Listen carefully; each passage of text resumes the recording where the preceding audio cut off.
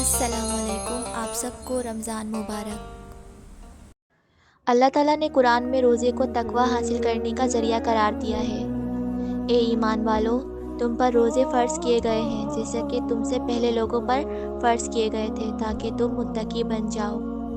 روزہ اللہ تعالیٰ کے لیے رکھا جاتا ہے اور اس کا بدلہ اللہ خود دیتا ہے۔ روزے سے پرہیزگاری پیدا ہوتی ہے، اس کی عادت ہوتی ہے اور اس کی وجہ سے انسان برے کاموں سے بھی دور رہتا ہے، برے کاموں سے بچنے میں مدد ملتی ہے۔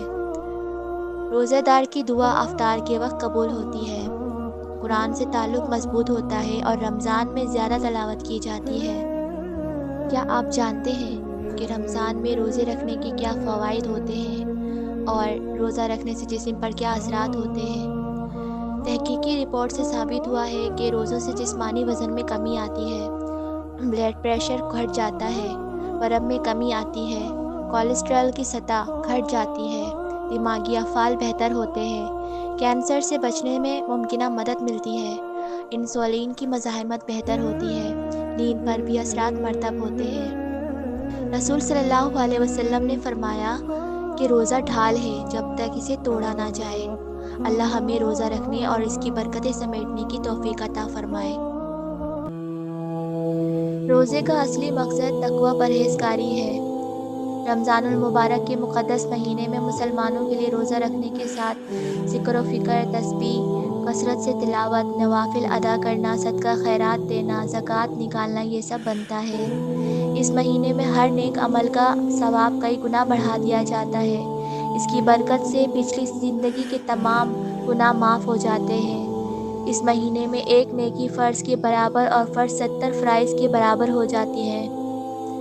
اس مہینے کی ایک رات جسے شب قدر کہا جاتا ہے وہ 1000 مہینوں سے افضل قرار دی گئی ہے۔ روحانی اور قلبی سکون کے علاوہ طبی لحاظ سے بھی روزوں کے بے شمار فائدے ہیں۔ سائنس نے اپنی تحقیقات اور تجربات سے یہ بھی بتایا ہے کہ ان کے ایسے فوائد دریافت کر چکے ہیں جن سے انسان پہلے ناواقف تھا۔ انسانی عمر میں اضافہ ہونا اور انسان کی ذہنی صلاحیتوں کا طاقتور ہونا، یہ دونوں روزے کے بڑے فائدے ہیں۔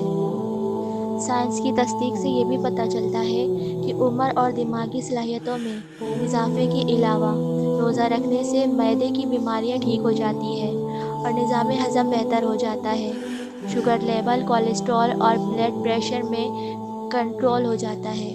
روزے کے دوران خون کی مقدار میں کمی ہو جاتی ہے اور اس کی وجہ سے دل کو انتہائی فائدہ اور آرام پہنچتا ہے۔ روزے سے جسمانی کھچاؤ، ذہنی تناؤ، ڈپریشن اور نفسیاتی بن کا خاتمہ ہوتا ہے۔ روزہ رکھنے سے موٹاپے میں کمی واقع ہوتی ہے اور اضافی چربی ختم ہو جاتی ہے، مگر یہ تمام فائدے اس وقت ملتے ہیں جب روزے دار افطار کی ٹائم پہ ایسی غذا کا استعمال کرے جن میں چکنائی کم ہو، نمک اور چینی بہت کم مقدار میں ہو۔